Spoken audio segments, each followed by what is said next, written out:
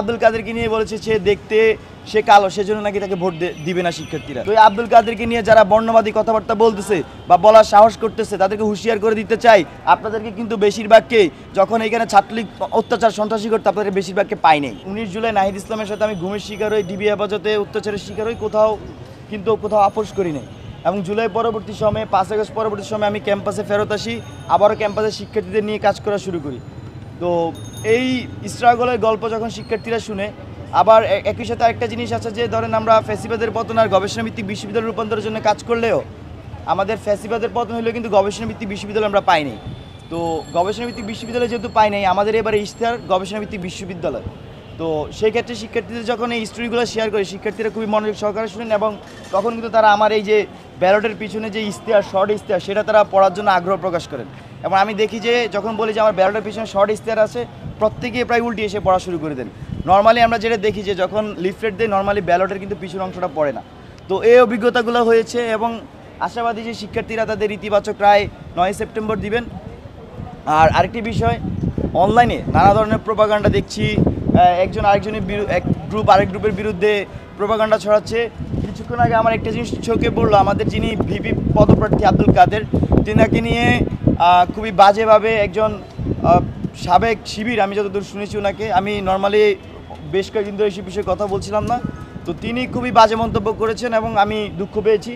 আমি যারা ওনাদের দায়িত্বশীল আছেন তাদেরকে বলবো যে যাতে এই বিষয়গুলোকে চোখ রাখে। যেমন আব্দুল কাদেরকে নিয়ে বলেছে সে দেখতে সে কালো, সেজন্য নাকি তাকে ভোট দিবে না শিক্ষার্থীরা। বলছে যে সে হচ্ছে নোয়াখালীর, এর জন্য নাকি তাকে ভোট দিবে না। তো এগুলো খুবই আমি মনে করি যে এই বর্ণবাদী কথাবার্তা আর কি। ঢাকা বিশ্ববিদ্যালয়ে আব্দুল কাদের কী করেছে ঢাকা বিশ্ববিদ্যালয়ের শিক্ষার্থীরা সবচেয়ে ভালো জানে। যখন এখানে পুরো দেশের মানুষ ফ্যাসিবাদের পতনের জন্য নেমে এসেছিল, সেদিনও আব্দুল কাদের ফ্রন্টলাইনে থেকে নেতৃত্ব দিয়েছিল। যখন ঢাকা বিশ্ববিদ্যালয়ে সেখানে 10 জন মানুষ আওয়ামী লীগের বিরোধিতা করেছিল, ঢাকা বিশ্ববিদ্যালয়ে দাঁড়িয়ে সেদিন আব্দুল কাদের বিরোধিতা করেছিল। আব্দুল কাদের এমন ব্যক্তিত্ব তিনি তার একটা বক্তব্য বলেছেন, আপনারা শুনবেন, যিনি কোভিডের সময় যে মাস্কের পিতা লাগাইতো, 10টা মাস্কের পিতা লাগাইলে 1 টাকা, 100টা লাগাইলে 10 টাকা, তখন সে 500 টাকা ইনকামের জন্য সে 5000 মাস্কের পিতা লাগাইতো সারাদিন বসে, কিন্তু সে কারো কাছে হাত পাতে নাই। তার মেরুদণ্ড এতটাই শক্ত আমি মনে করি, এবং তাকে আমি ব্যক্তিগতভাবে খুবই রেসপেক্ট করি।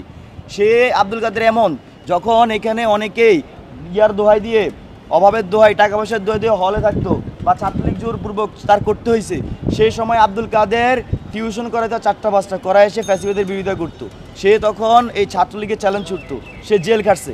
তো এই আব্দুল কাদেরকে নিয়ে যারা বর্ণবাদী কথাবার্তা বলতেছে বা বলার সাহস করতেছে তাদেরকে হুঁশিয়ার করে দিতে চাই, আপনাদেরকে কিন্তু বেশিরভাগকে যখন এখানে ছাত্রলীগ অত্যাচার সন্ত্রাসী করতে আপনাদের বেশিরভাগকে পাই নাই। যখন রাজুতে 7 জানুয়ারি ইলেকশনের আগে 6 জানুয়ারি আমরা 7 জানুয়ারি ডাম ইলেকশনকে বয়কট করছি, বর্জন করছি ঢাকা বিশ্ববিদ্যালয়ে। সেদিন ছাত্রলীগের ঢাকা বিশ্ববিদ্যালয়ে 10,000 কর্মী ছিল, সেদিন এই এত মানুষের মাঝখানে দাঁড়ায় আমরা এটা বয়কট করছি, তখন আপনাদেরকে পাইনি। তো আব্দুল কাদেরকে নিয়ে কথা বলার সময় অনেক কিছু ভেবেচিন্তে কথা বলার জন্য আহ্বান করছি যারা বর্ণবাদী কথাবার্তা বলছে। হ্যাঁ, তার যদি ভুল থাকে আপনি তার যৌক্তিক সমালোচনা করেন, কিন্তু এইসব বর্ণবাদী কথা বলার আগে আপনাকে আবার রিথিং করার জন্য আহ্বান জানাচ্ছি।